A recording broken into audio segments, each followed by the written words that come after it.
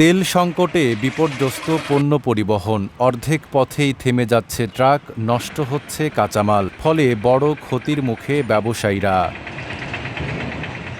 জ্বালানি তেলের তীব্র সংকটে সাতক্ষীরার ভোমরা স্থলবন্দরে দেখা দিয়েছে পরিবহন বিপর্যয়। প্রতিদিন শত শত ট্রাক চলাচল করলেও এখন তা নেমে এসেছে প্রায় 1/3। ভোমরা থেকে যেরকম মাল লোড করে বাইরে যাইতাম, এরকম তেলের কারণে ভোমরা থেকে লোড করে যাচ্ছি, ওমাতে গিয়ে তেল পাচ্ছি না গাড়িতে, ঘন্টা কি ঘন্টা সিরিয়াল দিয়ে তাও তেল পাচ্ছি না।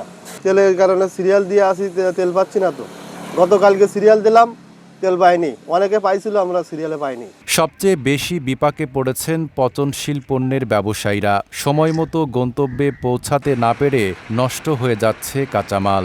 টাঙ্গিতে তেল না থাকলে তো আমাদের বুদ্ধি কোনো খাটে না। আর তা বাদে পাম্পে, প্রতিটা পাম্পে সিরিয়াল দেওয়া লাগছে।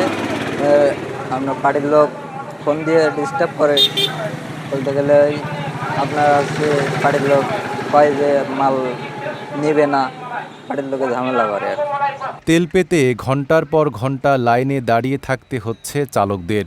কোথাও আবার মিলছেই না পর্যাপ্ত জ্বালানি।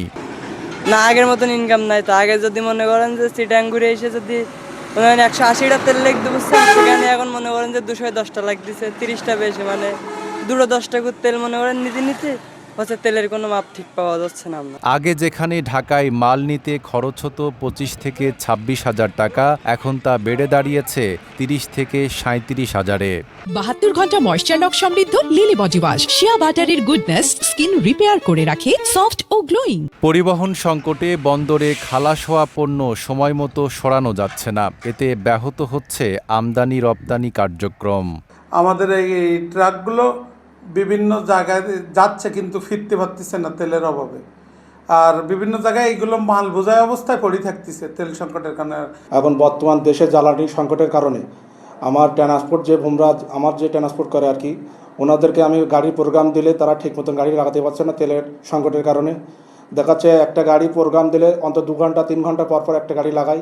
তারপরও যে গাড়িগুলো আমাদের লোডিং করে তারা জ্বালানি সংকটের কারণে রাস্তার কিছু কিছু জায়গায় গিয়ে দেখাচ্ছে তেল পাচ্ছে না, গাড়ি অফ হয়ে যাচ্ছে। জ্বালানি সংকটে থমকে যাচ্ছে দেশের এক গুরুত্বপূর্ণ বাণিজ্যদ্বার। দ্রুত সমাধান না এলে ক্ষতির বোঝা আরও বাড়বে, এমনটাই আশঙ্কা সংশ্লিষ্টদের। নাইম আরাবী, ঢাকা পোস্ট।